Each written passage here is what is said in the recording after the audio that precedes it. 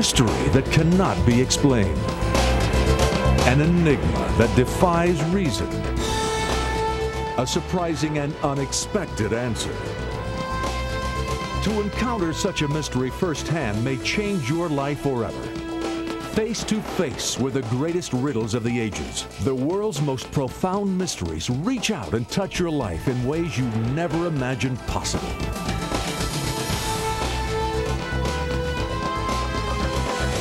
Extreme Mysteries. The year 2000, according to Arthur C. Clarke and his now famous 2001 Space Odyssey, was supposed to have been the year of great discovery. Did technology keep pace with the dream? By now, we were supposed to have a fully functioning space station and routine flights into the cosmos. But so far, we've only made it to the shuttle stage. Why? Recently, life, in the form of tiny bacteria, was discovered on a piece of rock believed to have come from Mars. Does this mean life exists on other planetary bodies in our solar system? And are we willing to go there and find out? Or will we settle for photographs? $1 billion was poured into a satellite called the Mars Observer. Will it give us the answers? 80,000 new images have recently been released. Have actual artifacts been discovered among them?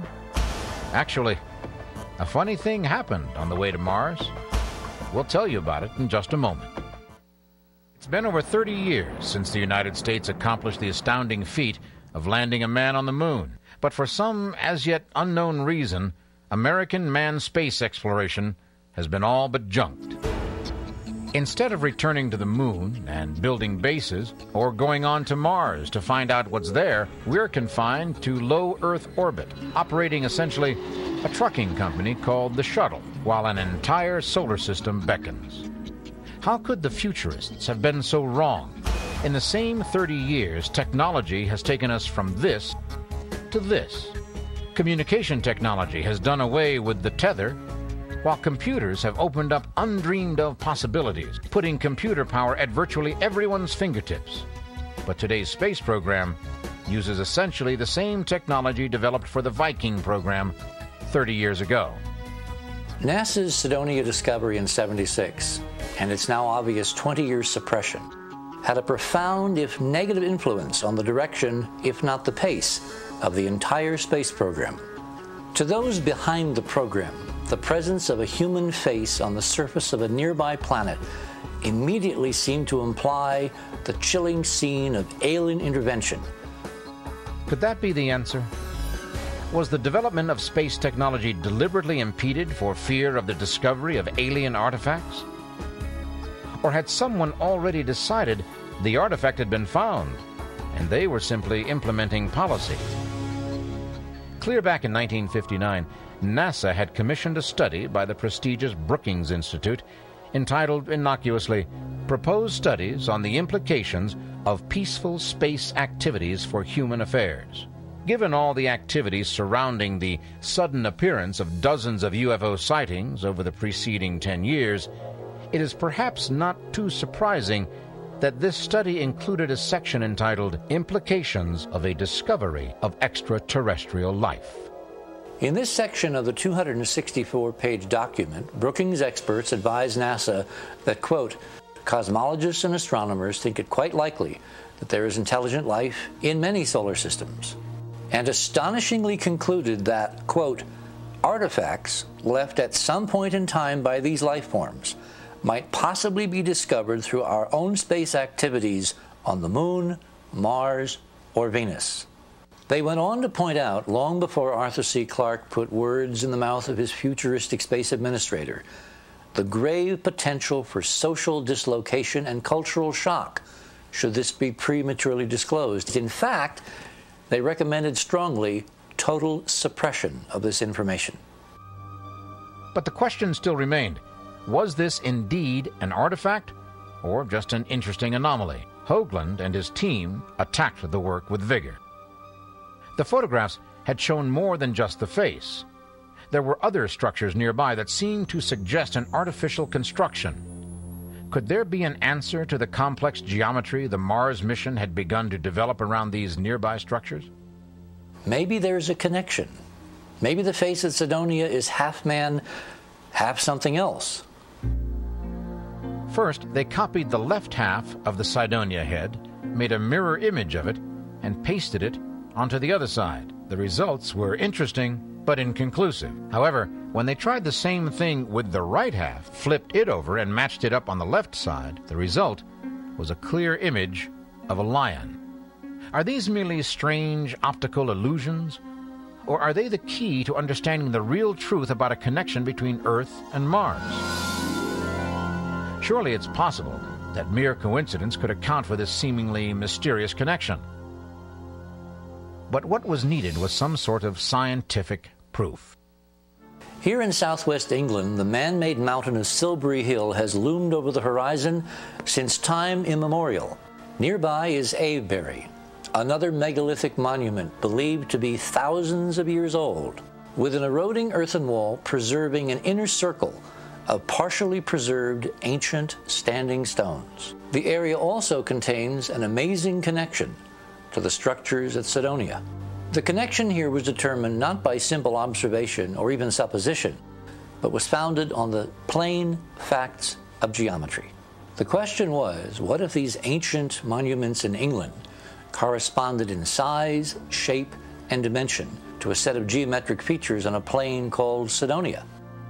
What if Avebury Circle in England was in fact intended to be an analog of the crater at Cydonia, and Silbury Hill, a few miles to the south, came to represent the Tholus at Cydonia on Mars? The angles and positions of these ancient features, including where the cliff would be, where the tetrahedral pyramid seems to lie, and this specific angle interconnecting them both, the infamous 19.5, all seem to match, including the very size of Silbury Hill in terms of its exterior moat with reference to the Tholus. It was at this point that we began to worry less about the ultimate reality of the face on Mars and more about the meaning and the message of Cydonia. But could there be more to this message than even Hoagland and his team imagined? More than just a scientific message? Could it be that the pyramids of Egypt and the pyramids of Cydonia share a common biblical tribute to the creator of the universe? We use typology, which is the study of symbols and their meaning in biblical scripture, to understand what's on the surface of Mars and Cydonia. We found that the entire Cydonia complex relates to the prophecies in the Old and the New Testament of the first and the second coming of Christ. The Cydonia architecture is a geometric representation of Scripture. The face represents Jesus, and the giant hill, or the Tholus, is an altar to God. The Tholus was built to the exact specifications that God gave to Moses in the book of Exodus. The Cydonia builders obviously knew that God in the future would dwell with men in human form on the earth. And who were the inhabitants of Mars? Our studies have shown that it was a civilization of pre-rebellion angels who lived on Mars before the creation of human beings on the earth. This civilization used their monuments to give glory to God, their creator. The builders of the monuments, who once followed God, their creator, were destroyed for the rebellion against him. We also see in the destruction of the monuments of Mars by a great cataclysm, a precursor of what may happen on the earth in the future. Whether or not these biblical references are meaningful, of course, or whether Hoagland's geometry is valid, depends entirely on being able to prove the Martian monuments are true artifacts. And NASA seems curiously indifferent to trying to find that proof, even though they apparently had the means. On September 25, 1992, the most sophisticated space probe of its kind was launched into outer space. The Mars Observer was designed to orbit, photograph, and carefully study the red planet in greater detail than ever before. Was the extensive work done by Hoagland and his Mars mission team sufficiently intriguing to convince NASA to re-photograph the face? Not by a long shot. The space agency, in fact, did something completely unprecedented. Since the first television cameras were sent on space missions in the mid-1960s, NASA has always shared its video images with the world. But just before the launch of the Mars Observer, NASA announced that for the first time, it would not allow any images to be broadcast on television. Why? Why would the National Space Agency suddenly change a policy that had stood for nearly 40 years? Could it be that there was more at work here than the fabled galactic ghoul? Has NASA violated one of its oldest and most rigid protocols?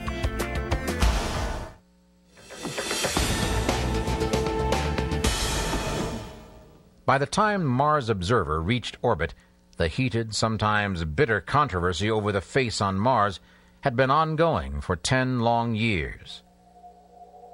If these discoveries truly were proof that there once was intelligent life on another world, it seemed only reasonable to try and get a closer look at Cydonia.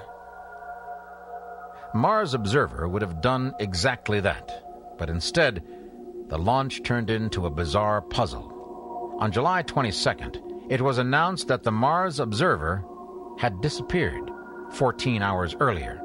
According to the official announcement, contact had been lost at 6 p.m. Pacific time the previous evening. For some inexplicable reason, NASA had postponed the announcement for 14 hours.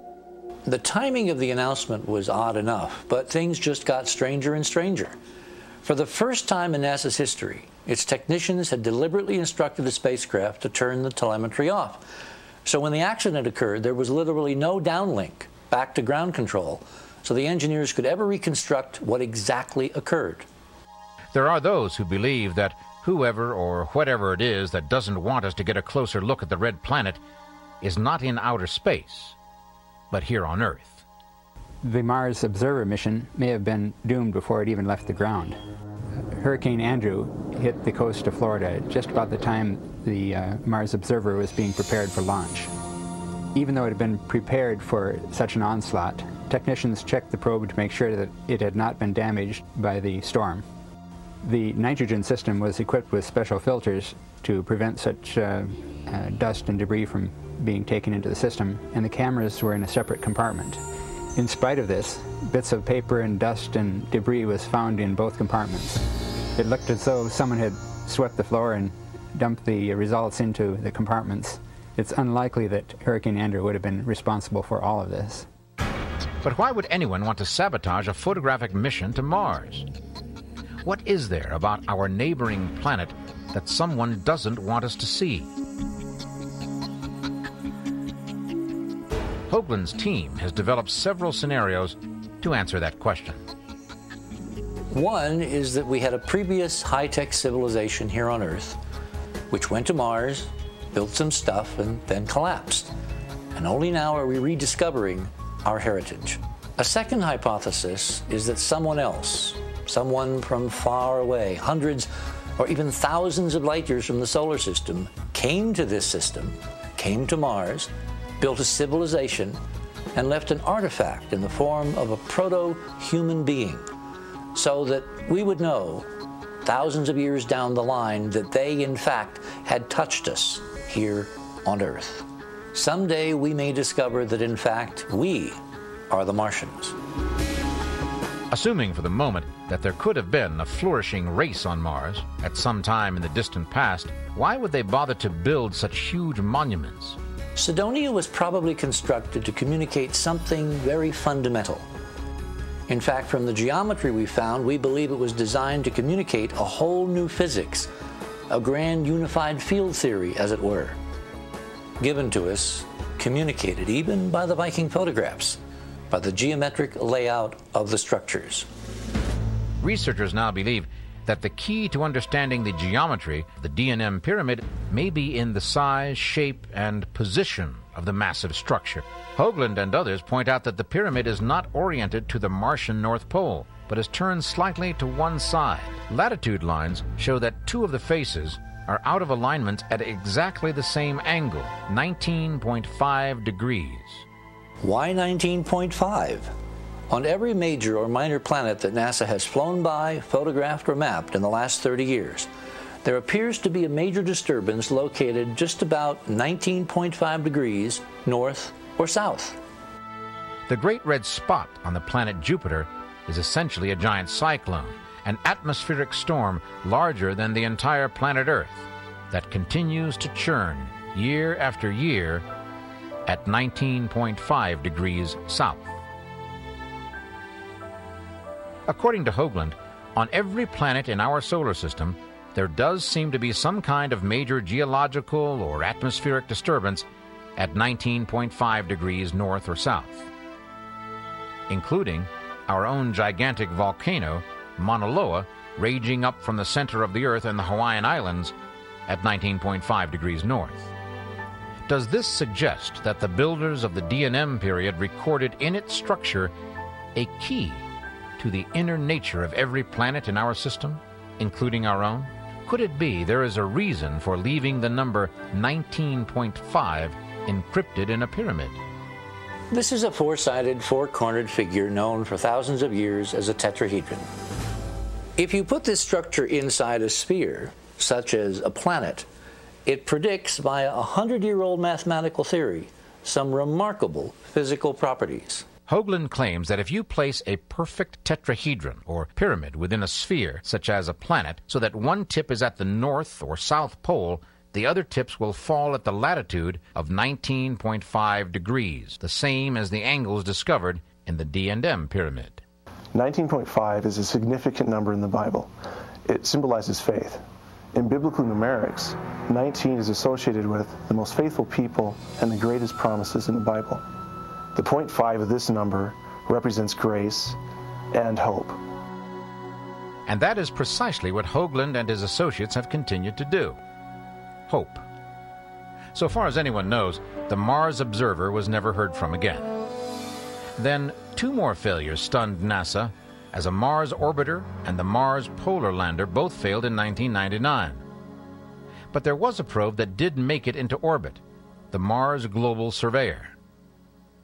We thought our hopes would finally bear fruit in 1998 with a NASA JPL agreement to finally reimage the face using this incredibly sophisticated camera flying on the Mars Global Surveyor spacecraft. Things truly seemed to be coming together. In 1996, NASA had announced the possible discovery of ancient life in a piece of rock that had come all the way from Mars. Finally, on the 5th of April, 1998, after almost a quarter of a century of waiting, we got from Mars Global Surveyor what should have been an exquisite, much higher resolution image of the face on Mars.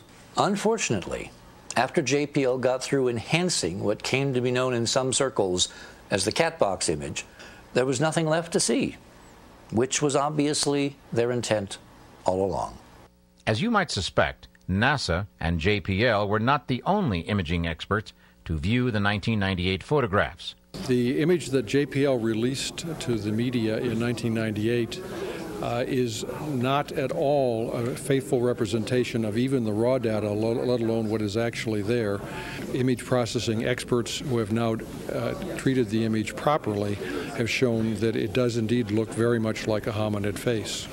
When we got the original image of the face in 1976, there was always the possibility that it was just a trick of light and shadow or something that was an accident of nature. When we got the high-resolution image, to our amazement, all of the secondary facial features were there too. Eyebrow, irises, nostrils, and lips with the correct size, shape, location, and orientation to be portrayals of a humanoid face. The odds against each of those things happening by accident range from 1 in 10 to 1 in 10,000. When you put them all together, the odds against all of them being accidents of nature are 100 billion to 1. Based on the results of the test, the object is artificial beyond a reasonable doubt. The Mars Global Surveyor went into orbit in late 1997, and since has been sending back literally tens of thousands of exquisite pictures of all of Mars. But Malin Scientific and Dr. Malin himself, who have the chief contract for the camera, have actually only been releasing these pictures in dribs and drabs, spaced out over several months and even years. Until Arizona Senator John McCain let NASA know in no uncertain terms that there would be a day of reckoning if in fact it were proven that the agency had deliberately withheld vital information either from the Congress or from the American taxpayer. Suddenly, without warning, JPL released 9 new Cydonia images, some as much as 2 years old. Eventually, 60,000 new images of Mars were dramatically released, and on those, some breathtaking discoveries have now begun to quietly unfold. For instance, perched on a mile-high cliff in the Martian equivalent of the Grand Canyon, Valles Marineris, there is something which gives the impression of being the equivalent of a Martian flying saucer. As you can see, this is a distinct oval. In fact, it's a convex oval with the sun coming from this direction, the shadowed side here, a fluted rim hanging several hundred feet over this very steep vertical cliff a mile above the valley floor. If you look at the image on the right, you can actually see that in addition to it being oval, it has a pointed front. And on the front, there are windows. In the back, with very interesting symmetry configuration, there appear to be the engines. In June of 2000, we discovered potentially our most extraordinary artifact, this mile-long, several hundred-foot-wide structure with translucent exterior, a brilliant sun glint, and evenly spaced ribs that looks for all the world like an artificially constructed glass tunnel, which some have termed, like Arthur Clarke, a glass worm on the surface of a planet where it has, again, no business being. We have over a mile-long, curvilinear, convex structure with these extraordinary ribs that appear to be some kind of structural support, and right in the middle there's a brilliant sun glint and a darker shadow, indicating in the model that this is a constructed object, that maybe it's a transportation tube. And this little thing, which actually is several hundred feet wide on the scale of the photograph, is perhaps a car, trapped in the middle of the tube when whatever disaster hit Mars and broke the tube at this point hit the planet. It's sometimes hard to gauge what's going on Mars from a two-dimensional photograph, so what we did was go to one of our Enterprise mission colleagues, Chris Joseph, and ask him to submit this image to a shape from shading algorithm. What that allows us to do is to recreate a three-dimensional construction of the two-dimensional form. And what we clearly see is an undulating glass-like tunnel with a sharp break at the position of the car, continuing on down the valley, as one would expect of a greatly eroded ancient artificial structure on the planet Mars. The great mystery at this point seems to be if the Enterprise mission and its colleagues can find all this and so much more, then why can't NASA? Or is there something more? Is it possible that they have seen what we have seen and also understand what's really there, but have a reason to keep silent? Is this face just a natural formation? Or was it constructed by some long-lost civilization? And what of the pyramids on Mars? Are they the ancestors of the pyramids of Egypt, or just neatly shaped piles of Martian soil? Can it be that the perfect geometric precision found in these surface features is just a series of bizarre coincidences? And are we up to the task of finding out? For 33 years, ever since the epic journeys of Apollo, we have essentially been marking time. 30 years marks the span of time between Charles Lindbergh's epic transatlantic journey and the first orbit of the Earth by Sputnik. Following that curve, by now, we should have inherited the solar system. Is it possible that the controversy of the past 2 decades was contrived just to prepare us for the impact of the knowledge that there may indeed be life somewhere beyond Earth? If the remarkable achievements of the Mars Global Surveyor bring about a renewed interest in the marvels of the cosmos in which we live, future generations may, after all, look back on 2001 as we looked forward to it as the year of discovery.